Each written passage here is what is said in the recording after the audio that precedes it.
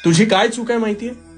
तू स्वतःपेक्षा या समाजाला अवास्तव महत्व देतोस आणि कोणतेही पाऊल उचलताना 4 लोक काय म्हणतील ह्याचा निरर्थक विचार करतोस ना?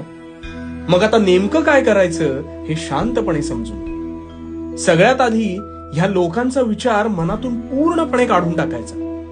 कारण ही लोक, हा समाज हे तुझ्या ताटात भाकरी वाढायला येत नाहीत, ती तुलाच कमवावी लागते.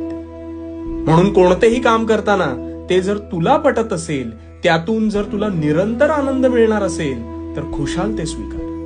ते काम करून त्यातून तुला किती धनप्राप्ती होणार आहे हा विचार करत बसू नकोस. जर तुझं मन त्या कामात रमेल तर लक्ष्मी आपोआपच तुझ्या पदरात पडेल. पण काम करताना ते मात्र प्रामाणिकपणे कर. तुझ्या अंतरात्म्याचा आवाज कधीही लोप पावू देऊ नकोस. आणि मग बघ, तू